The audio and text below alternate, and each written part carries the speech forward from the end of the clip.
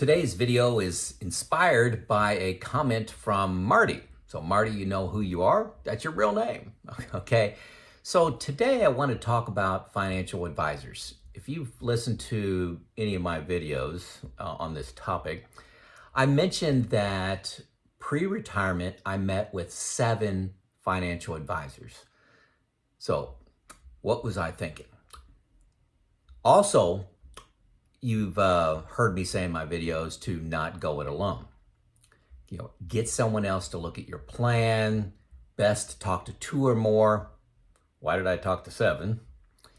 This can be a financial advisor that you talk to, can be a fee-only financial advisor that may talk to you for a couple hours for a fee, may create a plan for you for, $2,000, something like that. Can be a retirement group, can be a buddy, but it can be a spouse. Don't go it alone. There's 2 huge problems with going into retirement and managing your finances all by yourself. Well, actually 3 if you count this one. 1, the consequences are big. You don't want to make a mistake in retirement. Number 2, you do have errors in your plan. You have oversights, misunderstandings. Most people, the vast majority of people listening here, they go down into their basement, they turn off the lights, go in a closet, get their flashlight out, or torch if you're from the United Kingdom, and you create your plan and let nobody look at it. I promise you have errors in there. Promise, promise, promise.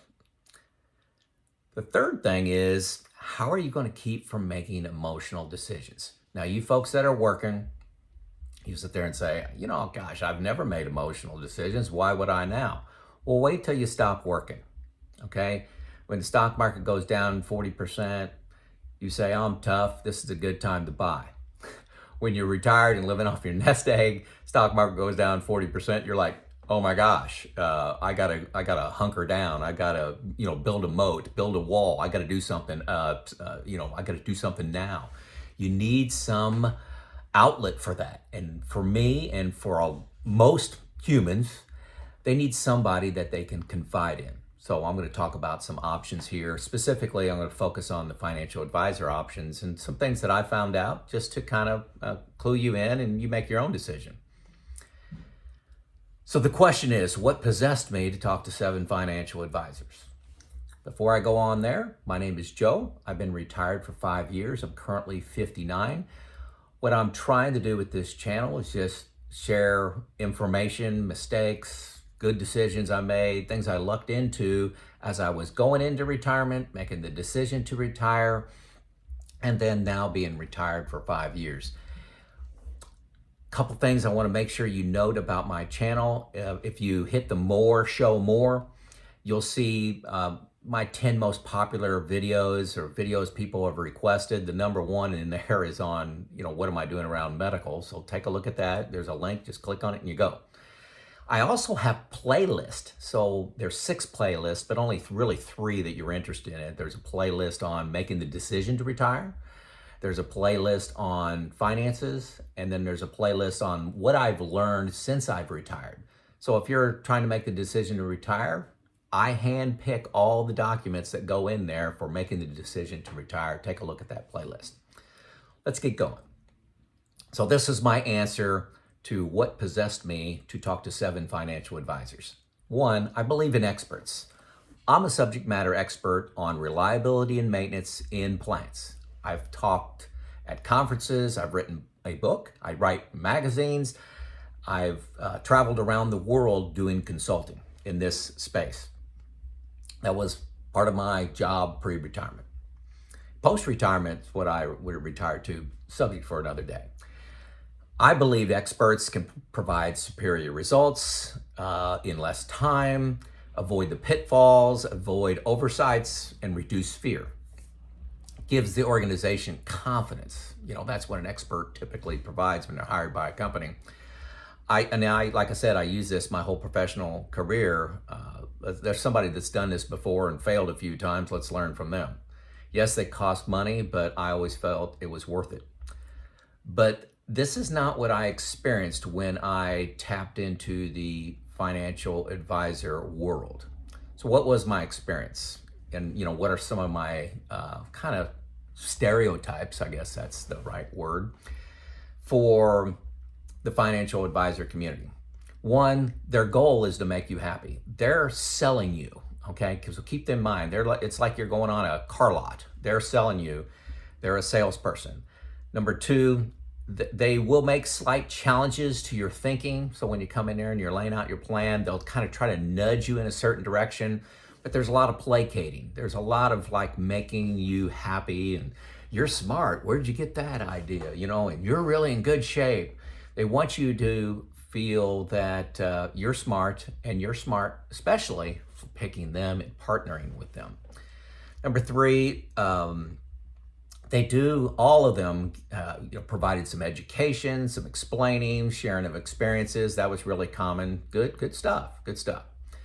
Number four, they were all knowledgeable. They know how to invest. They know about insurance products, like annuities and long-term care, Social Security, taxes, all that stuff that's part of your retirement, withdrawal plans. Yeah, they all have a good base understanding of that, and they are experts. On investments, I divided them up into three categories. I've never heard this before, but this is what I did. Some like to put you in just indexes. They want you to always get market returns. That keeps them employed. Why do you fire a financial advisor? Well, they're not keeping up with the market. If the S&P 500 gets 15%, you get 15%, you're happy. So if the S&P 500 gets 15% and you get 8%, you're unhappy. You want to fire your financial advisor. So some just say, hey, I'm just going to get indexes, low cost, and good chance I'm not going to get fired. They focus on the financial planning aspect of the job, like Social Security, Roth conversions, taxes, estate, insurance products, things like that. And that's not a bad approach, but just know that, this is where actually I found a majority of them to be. Number two, others went with like all managed funds, individual stocks, and even gold. They have a bias towards complexity, and they gave the illusion that they had insider information from skill, in their knowledge of the business. They would give you something like 15 different funds they're invested in with, 5 other stocks, high expenses on these funds, but they have a pretty good recent history looking in the rear view mirror. I felt that I had the illusion, this is what the rich people do. This is the inside information I've been looking for. The third group, and this was a small group, had the heart of a teacher. They wanted me to understand, they wanted to keep things simple, and that's actually the best category for me. Now, they may use a lot of indexes, but I put them into the teacher category, not in the salesperson category. So at the end of the day, I didn't feel anybody had anything special that I couldn't easily get myself. I had been managing my money for 30 plus years myself. I've decided how much to save, how to spend, how to budget, how to forecast. Why can this not be my part-time job in retirement? It actually pays money to go it alone. I probably shouldn't have said go it alone, but to do it yourself, to be the main person doing this yourself. But again, there's a huge problem we need to deal with, and that is emotional decisions and finding errors in my plan. So that's still out there. I need to solve that, and I got a solution for you. Hold on for it. I told them all no. But Neil, and I got Neil's number below. Neil and I have been meeting he's been a, air quotes, financial advisor for me for 5 years, doing a great job. But he's the only one I met with twice, and he came back to me after I told him no for the second time with another option. He would do it for free, so I pay him nothing.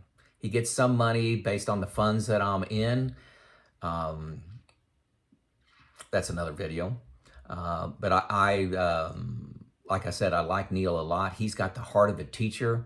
But what's in it for him? Why would he offer this for free? One, he liked using me for references, so I've talked to probably 6 people that were thinking about using him, and they called me, and Neil, I think, has got 14 clients from me. I've gave testimony, honest about his advice and what I've learned about him. He also wants the opportunity to earn my business, and he's the my backup plan. And if I die, my wife wants nothing to do with all this financial stuff, this long-term financial stuff. So we've talked about a rate that I would get at that time, and my wife would be. After she called the mortuary, she would call Neil, and that's my backup plan. So he knows that that's in the background. Hopefully he's not plotting something against me here. But so that's, I do have 4 meetings with Neil a year. He sends me emails probably once a week. I really like him, but, not enough right now to, pay him assets under management. So my bottom line on financial advisors, and I got several points here. There are 5 of them. One, all the information that financial advisors have and that they're acting upon is really readily available. YouTube is a great source of that. There's a comprehensive software package I use called New Retirement. It's the first link you'll come to below. I did not have it when I made the decision to retire. I've been buying it for 3 years. It cost $120. Every once in a while, it's on sale for $96, usually around the end of the year, but it's not right now for some reason. But New Retirement has some artificial intelligence in it, and it suggests how to improve your plan. It's got a lot of notes on the side. When you join New Retirement, they have free classroom sessions they put on that you can attend. They also have a financial they have a financial coach that you can hire. If you want personal one-on-one attention, $250 for that. I just love these folks at New Retirement, and I'm a client. I pay for this. So YouTube, books, the information is readily available, and New Retirement, $120 is a lot cheaper than 1% assets under management. To me, if you're doing this alone, you're creating your own plan. New Retirement is my plan. Okay, it's my written plan, but you got to do something like this, and New Retirement is 2 steps above everything else I've seen. Number 2, it's going to take time, but it will save you a lot of money managing yourself. It's a part-time job, but it's not for everyone. This is not for everyone. It will take work. You got to be willing to do the work. You got to be comfortable in your analysis and your decisions. But, like I said, there's a massive caution on going it alone. Massive. There's 2 huge problems. You've got to have an answer to this. So if you tell me in the comments, how are you solving this problem? These 2 problems. You have errors, oversights, and mistakes in your plan. How are you going to solve that? Okay. You can get a buddy, have a retirement group. I have both those. You can hire a fee-only financial advisor, sit down with them once a year, pay them $3,000. You can have assets under management with a financial advisor. That is a good solution for a lot of folks listening here. That's a great solution. I may be there in a year, but that's a great solution. The second thing, what are you going to do to put in the way of you making emotional decisions?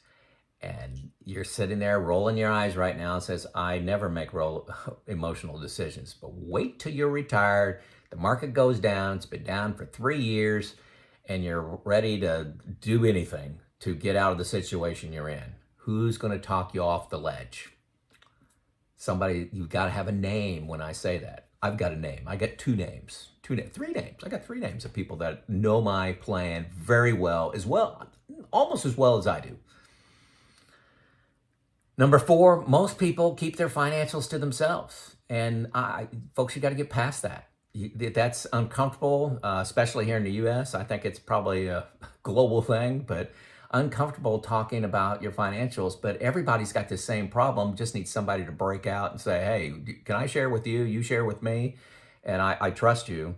And in the absence of that, people hire a financial advisor. And like I said, that can be a great decision, but it's a costly decision. No one cares more about your money than you. Other things to consider when hiring a financial advisor. Number 1, fees are negotiable. Okay, so if you sit down with a financial advisor and they say, hey, the fees are 1%, that's negotiable. I've seen fees as low as 0.5%, as high as 1.5%, largely dependent on the assets that you have under management. But, if they say 1%, you can come back and I say 0.7. What are they going to tell you? No, you walk out the door, maybe they'll call you in 48 hours. Let's see. Okay. You can do a plan only from somebody, like, just a chart. They'll charge you $2,500 to $6,000. Those are the kind of the ranges of what I've seen to create a comprehensive plan for you. You sit down with them for an hour, you give them all your information, they come up with a plan, they review the plan with you, and they charge you as much as $6,000 for that. Another thing that I've seen people do is they don't give a financial advisor all their assets. Say you have $1 million, you give $400,000 to a financial advisor, you manage the other $600,000 yourself. And their job, they're trying to show you how good they are to get the rest of the money, but you don't have to give them everything, and that can save you quite a bit of money if you only give them, for example, 40% of your assets. You save 60% of the assets under management. Again, you must solve the problem of mistakes, oversights, and emotions. You got to solve those two problems. If you're looking for a place to start by getting somebody else on board, try the folks at Money Pickle. When I stopped doing financial coaching, retirement coaching, not financial coaching, retirement coaching, I found these folks at Money Pickle. They got 16 financial advisors on staff. You hit the link, that's the second link below, and they'll send you to a calendar. You go to that calendar, say, I want to meet next Tuesday at 5 o'clock. Somebody will call you and they will talk about your topic. So in the screen that you go to, you enter the date and time. You say, I want to talk about timing of Social Security, or I want somebody to look at my plan. I want to talk about my plan with somebody. And I want to talk about pitfalls. What mistakes have you, somebody in my situation, what mistakes have you seen? They'll talk about your issue. They have they promised me that that's what they're going to do, is talk to you about your issue, free 45 minutes, okay? So that's as you're trying to talk to at least 2 people about your plan, at least 2 people. This can be one. Talk to the folks at Money Pickle. Again, I like, as a base of my plan, have a new retirement. This is my plan. When somebody says, what's your retirement plan? I don't give I don't say the 4% rule. I say it's a new retirement. I got all my withdrawals. I got all my savings by year through death. I know my taxes, or estimate of my taxes based on, inflation and returns. I know what those are going to be when at RMD age, so I can do Roth conversions and things like that to manage my taxes. I know my expenses. Gives me a lot of confidence to spend, confidence to just live my life. So, I think I covered everything. So that's my total kind of like thought process around financial advisors. They can be the greatest thing for you.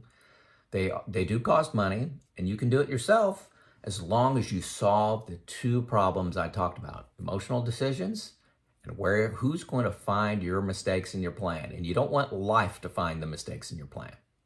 All right, it's Joe out.